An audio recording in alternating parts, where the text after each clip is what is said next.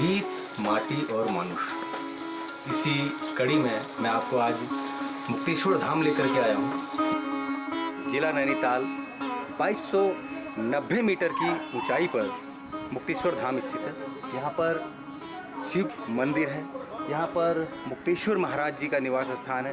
पुराणों में मुक्तेश्वर पहाड़ी के नाम से यह स्थान जाना जाता है कि उसके ऊपर शिव पार्वती ने तपस्या की थी। यह स्थान शिव पार्वती के नाम से भी जाना जाता है। इस स्थान के बारे में कहा जाता है कि यह योग भूमि, योग का स्थान, साधना का स्थान, यहाँ पर ये तप का स्थान, यहाँ पर लोग तप करते हैं। 350 साल से भी ज़्यादा समय से यह स्थान यहाँ पर उपस्थित है। सन 1976 में मुक्तेश्वर जी महाराज अपने बाल्यकाल में यहाँ पर आए थे और उनके एक साथी थे, एक मित्र भी यहाँ पर थे। तो मुक्तेश्वर महाराज जी कहा जाता है उन्होंने अपना यहाँ पर ब्रह्मलीन हुए थे। आज भी उनके जो मित्र जी उनके साथ आए तो वो यहाँ पर उपस्थित हैं। नमो ब्रह्मण्ड देवाय ब्रह्मण्डाय च जगत श्री कृष्ण गोविंदाय नमो नीतमखे गोविंदाय नमः। इसका मुक्तेश्वर धाम नाम किस तरह से पड़ा? इनका नाम था मुक्त। इन्होंने अपना तपस्या का बल से अपने को मुक्त कर लिया था। हाँ जी, हाँ जी। उसके बाद उन्होंने उनका नाम से मुक्तिधाम नाम पड़ा। पहले सब इनका हाथ से मैक्सिमम प्रतिष्ठा हुआ जी। बाद में हमारा हाथ से बाकी प्रतिष्ठा हुआ जी जी जी। इनका नाम मुक्तेश्वर, इनका हाथ से शिव जी प्रतिष्ठा हुआ बोल के मुक्तेश्वर। मुक्तेश्वर मुक्त शब्द अर्थ का लिबरेटेड। Right sir.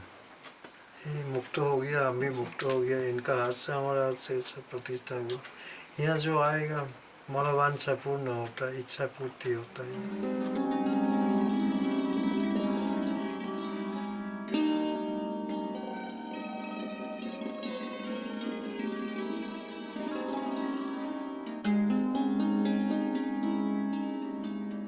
हमारे साथ हैं बाबा जी, जिनके आशीर्वाद से, जिनके हाथों के द्वारा इस स्थान का निर्माण हो, ये स्थान आगे बढ़ा और आज यह मुक्तेश्वर धाम के रूप में चहु और विख्यात है। और लोग यहाँ पर दूर दूर से, विदेशों से यहाँ पर भक्तजन आते हैं, अपनी मान्यता लेते हैं। बाबा जी, मैं उनसे जानना चाहूँगा कि किस प्रकार आप यहाँ पर आए और किस प्रकार से इस भूमि को आपने आगे बढ़ाया। उन दोनों में गाड़ी घोड़ा नहीं था, 17 आदमी था, एक दिया जलता था नीचे। IVRA इंस्टीट्यूट था, तो इम्पीरियल लेबोरेटरी से शुरू हुआ था। HIT रॉयल सोसाइटी के लास्ट किंग, ये भी हम भी रॉयल सोसाइटी। आज से 70 साल पहले जो राजा था उन दिनों में, उस राजाओं का परंपरा। ये भी first king, I am real incarnation, next king. Bharat का कल्याण, विश्व का कल्याण करने के लिए हम लोग संन्यास ले लिए, बचपन में जोग ले लिए। ये देवभूमि शिव पार्वती, गोरखनाथ जी, ऋषि मुनि, अनेक ऋषि पुरातन काल में ये लोग तपस्या किया, अभी तक है। धर्म अर्थ काम मोक्ष, यहाँ से हर चीज़ मिलता है। कोई डिमांड नहीं है, गिव एंड टेक पॉलिसी यहाँ नहीं है। सब लोग आ सकते हैं, इंडिया, वर्ल्ड, विदेशी सब लोग आते हैं। कोई भेदभाव नहीं, सब लोग का अधिकार है, मान्यता पूरा होता है। यहाँ जो आएगा उसको इस लोग का भी मिलेगा, उस लोग का भी मिलेगा, हाई पावरफुल जाएगा। निश्चित मैं खुद इस बात को महसूस कर रहा हूँ। तो मैं बाबा जी का बहुत बहुत शुक्रगुजार हूँ। और एक बहुत महत्वपूर्ण बात जो इन्होंने यहाँ पर कही कि यहाँ पर जो आते हैं मुक्त हो जाते हैं। जैसे बाबा जी ने बताया कि यहाँ पर एक ऊर्जा है, आप जो यहाँ पर मांगेंगे वो जरूर आपको मिलता है।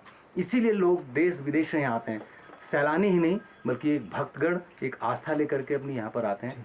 ओम सर्व मंगल मंगल शिवे सर्वार्थसाधिके शरण्ये त्र्यंबके गौरी नारायणी नमोस्तुते। सृष्टि स्थिति विनाशाय शक्तिभूत सनातने पुनाश्रय नमो नारायणी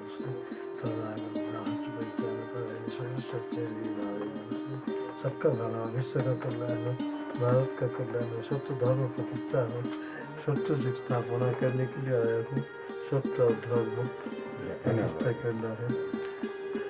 विश्व का कल्याण, भारत का कल्याण, सबका भला हो, सबका।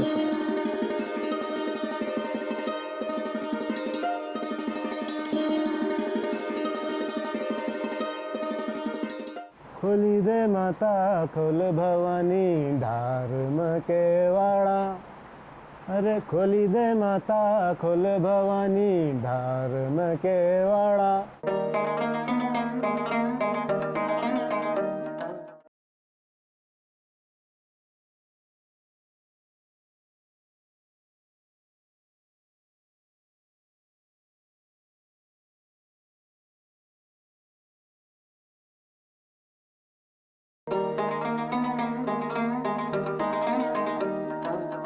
सब आपने रहन सहन, खान पान, मेले, मंदिर, इन सब चीज़ों के बारे में बताया है। यहाँ की लोक गाथाएँ, लोक नृत्य, इन सब चीज़ों के बारे में थोड़ा बताएं। देखिए, ये इस मामले में हमारा जो क्षेत्र है कुमाऊँ, ये बहुत ही धनी रहा है और पहाड़ों के लोग बहुत मेहनत करते हैं क्योंकि बहुत कठिन जीवन है, पहाड़ के जैसा जीवन है।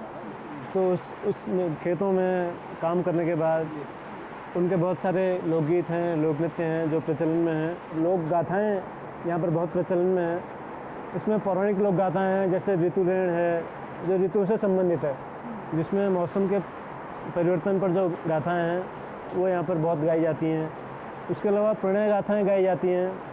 प्रणय गाथाओं में जो प्रेमी प्रेमिका की जो गाथाएँ हैं, पति पत्नी की गाथाएँ हैं, वो गीत हैं, वो यहाँ पर प्रचलित हैं।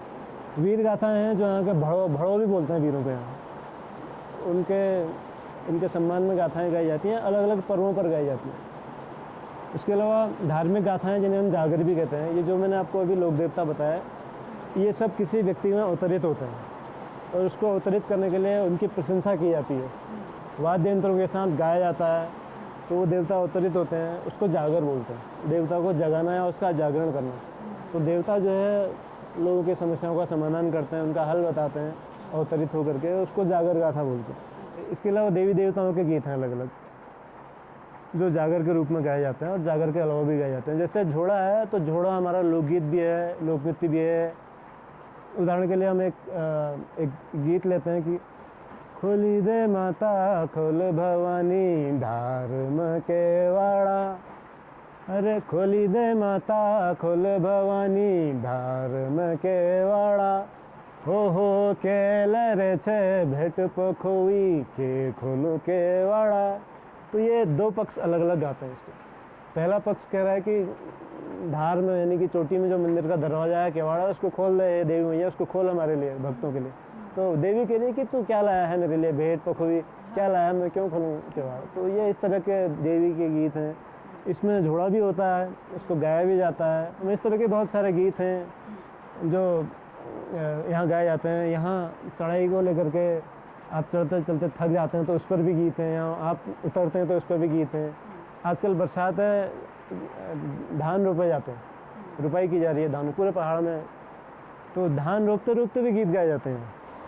ततुकनी लगाऊ देख गुनन मुनई न टेक, ततुकनी लगाऊ देख गुनन मुनई न टेक, जेता एक दिन तो आलो दिन दुनी में, हो जेता एक दिन तो आलो दिन दुनी में।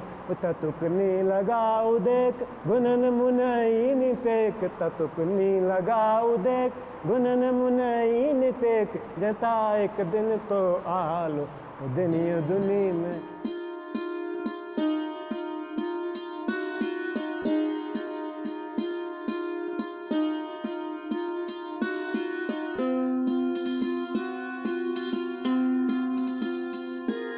मुक्तेश्वर जिला नैनीताल में स्थित है और एक बहुत ही खूबसूरत, जैसा आप अपने चारों तरफ देख रहे हैं, खूबसूरत घाटियां हैं, ऊंचे ऊंचे पहाड़ हैं और एक घना जंगल है। यहाँ पर 2290 मीटर की ऊंचाई समुद्र तल से, बहुत ही खूबसूरत मौसम के साथ ही ये जो तपोभूमि, योग भूमि और साधना भूमि है, इसके कारण भी बहुत ज़्यादा ये पहचानी जाती। कहा जाता है कि ऋषि वशिष्ठ ने यहाँ पर तपस्या की थी। और ये स्थान है चौली की जाली जगह। वास्तव में यहाँ लगता है कि अगर आप यहाँ बैठ जाएं, आंखें खोल करके अगर आप बैठें, तो अपने आप ही आप साधना में लीन हो जाते हैं। इस खूबसूरती के बारे में तो मैं इतना ही कह सकता हूँ कि कवि पंत अगर यहाँ हुए तो शायद बहुत सोच समझ कर उन्होंने कविताओं को चुना और अपनी कविताओं में भी उन्होंने अगर प्रकृति को चुना तो शायद इस लाजवाब मौसम और इस खूबसूरत मनोरम दृश्य के कारण ज़रूर उन्होंने बहुत सारी रचनाओं में प्रकृति का उल्लेख किया है।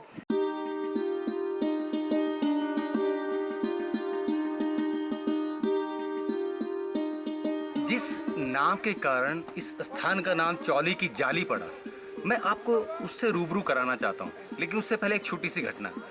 कहा यह जाता है कि ये चौली की जाली है, उस जाली के अंदर से अगर जो निसंतान दंपत्ति हैं, अगर उनकी पत्नी उस जाली से निकल करके पास हो जाती है, आसानी से दूसरी तरफ चली जाती है, तो कहा जाता है उसको पुत्र रत्न की या संतान की प्राप्ति अवश्य होती है। आइए मैं आपको दिखाता हूँ चौली की जाली। सामने मेरे बिल्कुल ठीक पीछे वो चौले की जाली स्थित है। आप देख रहे हैं वो कितना कठिन कार्य है वहाँ तक अपने आप में पहुँचना भी, और उसके बाद उसको पार जा करके वहाँ से निकल करके आना, ये बहुत ही कठिन कार्य है। और इस कठिन कार्य को करने के लिए ही उसमें महिलाओं को कहा गया है कि आप अगर उसको पार कर जाएंगी तभी आपको संतान की प्राप्ति होगी या पुत्र रत्न की प्राप्ति होगी। तो मेरा तो कहना यह है कि अगर आप ये कदम उठाना चाहते हैं तो बहुत ही सोच समझ कर इस कार्य को करें, क्योंकि ये बहुत ही कठिन और दुर्गम रास्ता भी है। उसको पार होना उतना ही कठिन है जितना यहाँ पर हम सोच करके देख रहे हैं। आप खुद ही देख सकते हैं कि उसको पार करना और उसके उस पार निकल करके फिर वापस आप अपने इस स्थान पर चढ़ करके आएंगे तो दुरूह कार्य है, कठिन कार्य है।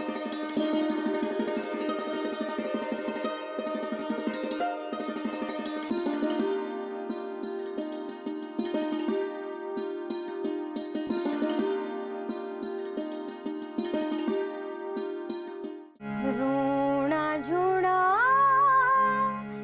दिन आया।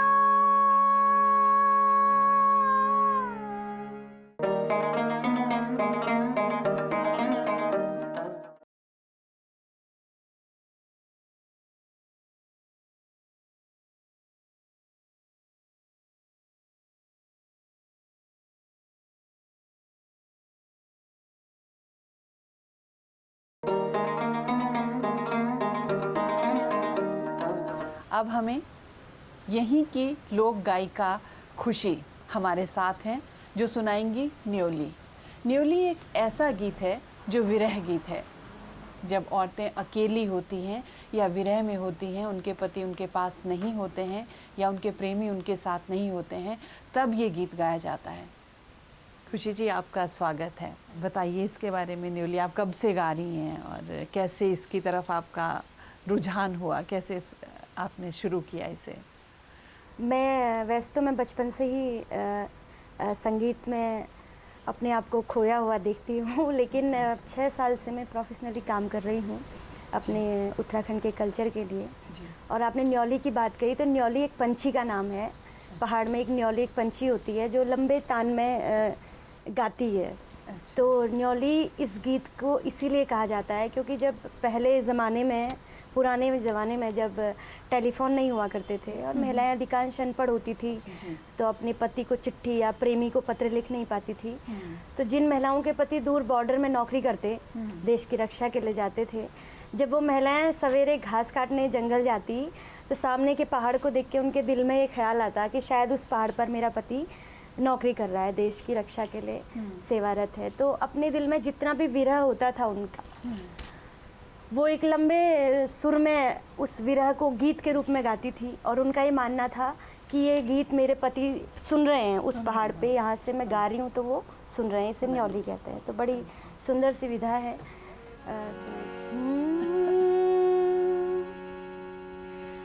काटना काटना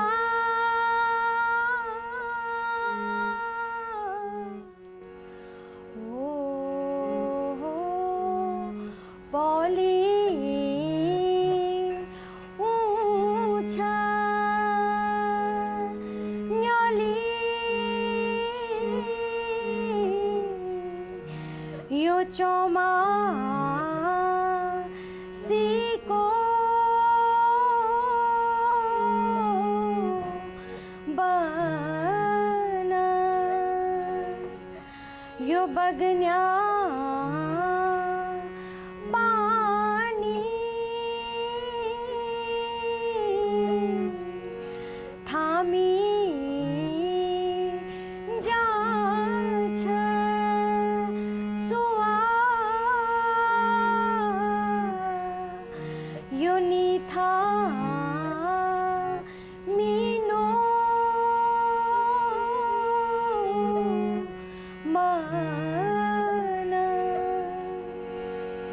इसमें कह रही है कि बहता हुआ पानी भी रुक जाता है, लेकिन जो मेरा मन बह रहा है आपकी याद में, इसे रोक पाना बड़ा मुश्किल है।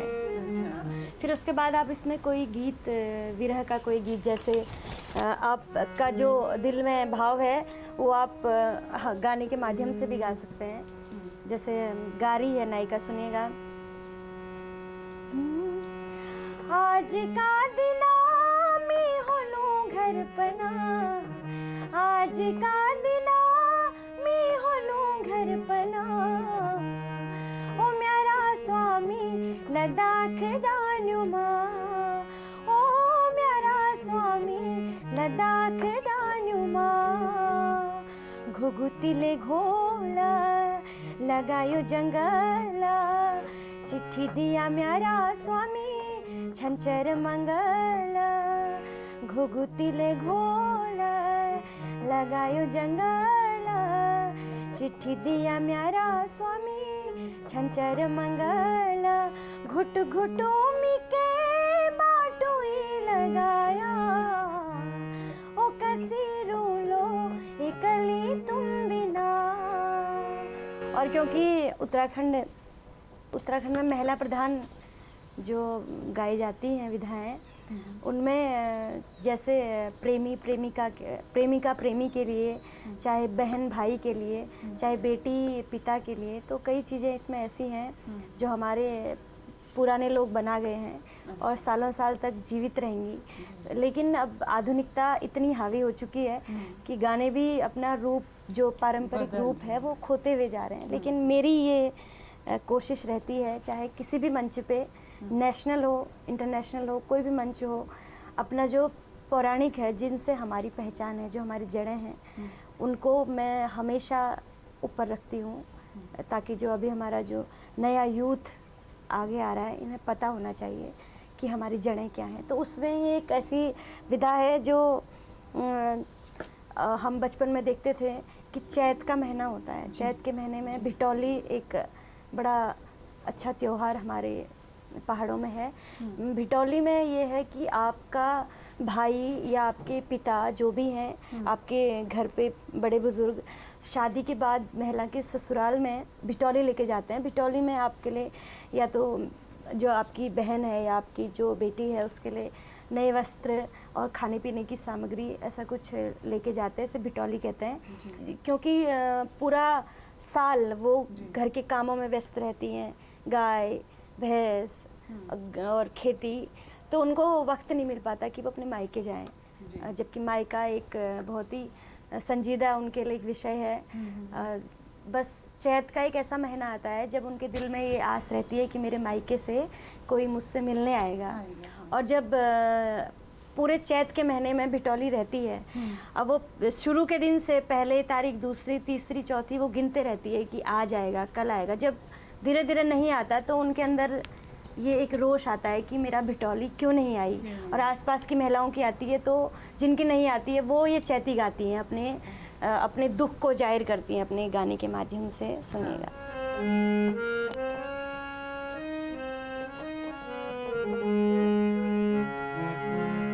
रूणा झूणा दिन आया,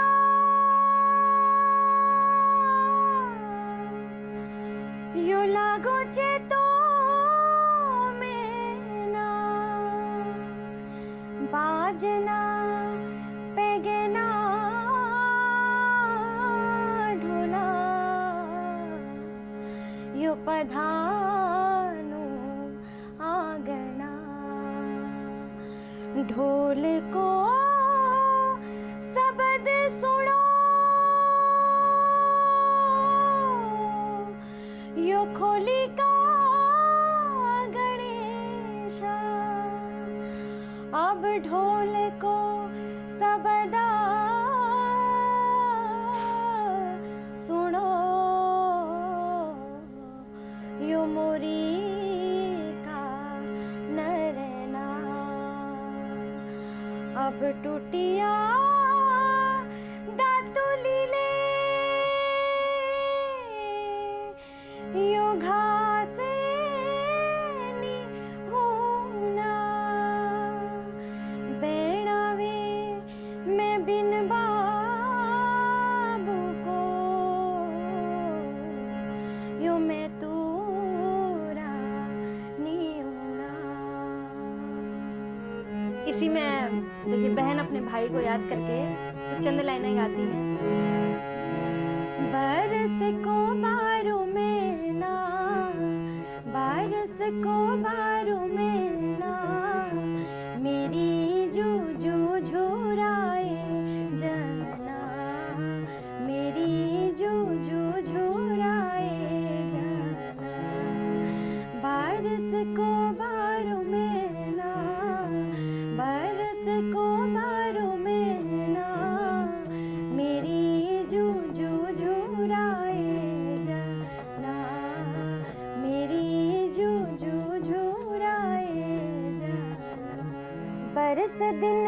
पहलू में ना, बरस दिन को पहलू में ना, मेरी जो जो झुराए जाना, मेरी जो जो झुराए जाना। डाली में बैठी आकवा उड़ी उड़ी जा तू, मेरी कुशल बाद मेरी जो थकाए।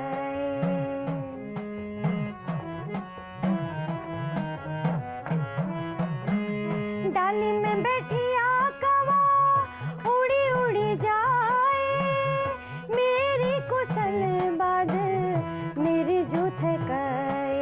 मेरा बाजू छाज में बैठिया वाला, मेरा बाजू छाज में बैठिया वाला, उड़ी उड़ी जाने कहना, मेरा मैं तका डाना, मेरा बाजू छाज में बैठिया वाला, मेरा बाजू छाज में बैठिया वाला।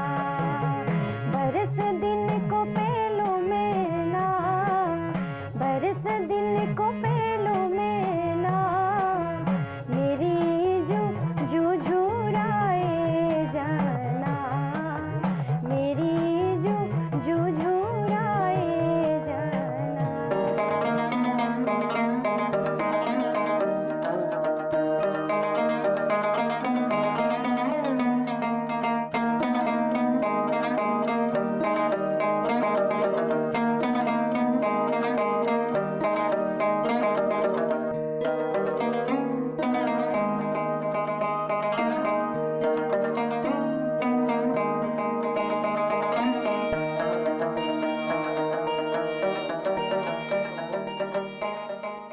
अपने सब काम छोड़ करके और मैंने यहाँ पर लोक संस्कृति संग्रहालय की स्थापना की।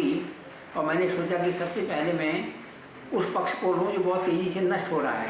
तो ये अपने आप में आर्कियोलॉजिकल म्यूजियम भी है और हिस्टोरिकल म्यूजियम भी है और कल्चरल म्यूजियम भी है। ओ मेरा ओ मेरा ओ मेरा नाक में न थूली न तिन कस के जानू द्वार हट, नाक में न थूली न तिन कस के जानू द्वार हट।